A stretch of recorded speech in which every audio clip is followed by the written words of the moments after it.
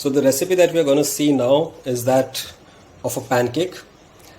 We've seen the other pancake in an earlier demonstration, but this one now is going to be not like the thin pancake, but the breakfast pancake, which is like a thick pancake to be had with honey. So very simple recipe, and we're doing a twist on the normal pancake recipe, which is just plain flour and milk and a little bit of baking powder. So instead of doing it with the refined flour, we're doing it with atta, which is the whole wheat flour, banana, some sugar and milk. You can also substitute some honey with the sugar, but I've kept the honey separate just to be added at the end once the pancakes are made. So we're going to call it a whole wheat and banana and whole wheat flour pancake. So very simple recipe.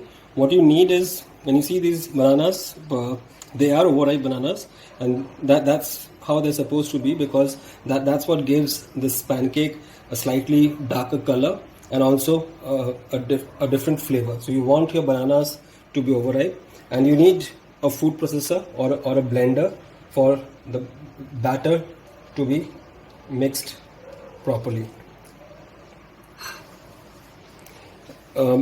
You can try this with the normal ripe bananas as well, but usually the recipe does not come out properly if the banana is not overripe.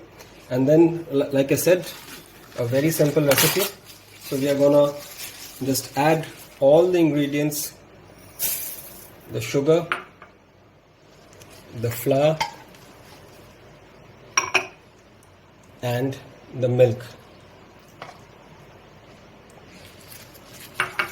That's all that you have to do, because the rest of the stuff would be done by your food processor or your blender. So this is the batter that has been prepared and has been rested.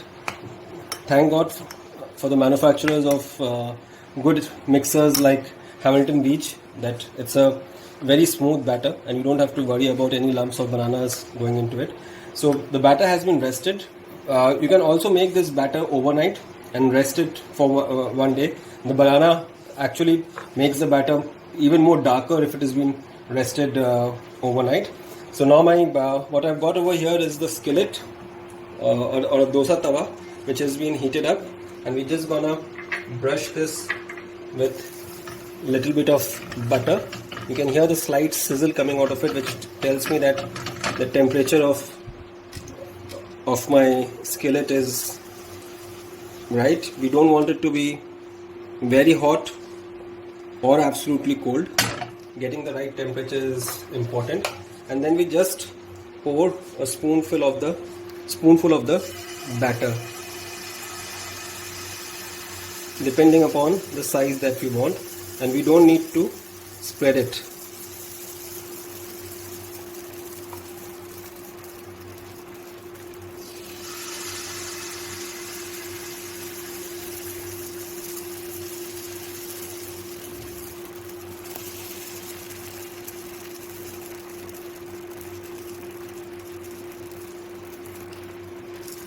And then just be allowed to cook it from one side, and then we'll turn it around to the other side. So you can see in just about a few seconds there are these small holes that come in over there, which tells us that the steam, the air inside it is escaping and it is getting cooked properly. So we can see that the top of it is slightly started to dry, which means that the base has been cooked from one side, and that's when we very carefully just flip it over, and we'll do it for the second one as well.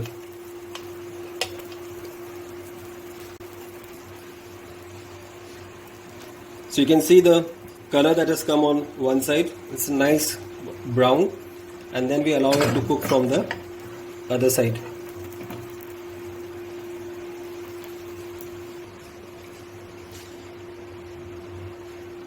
So while the pancakes are getting cooked from the other side, we'll take about a minute more from the other side.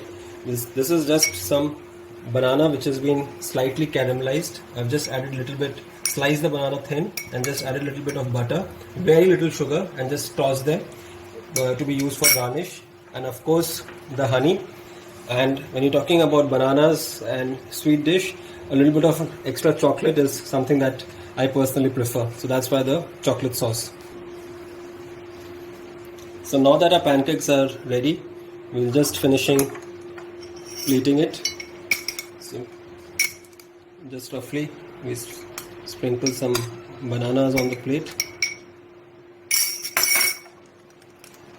a bit of honey,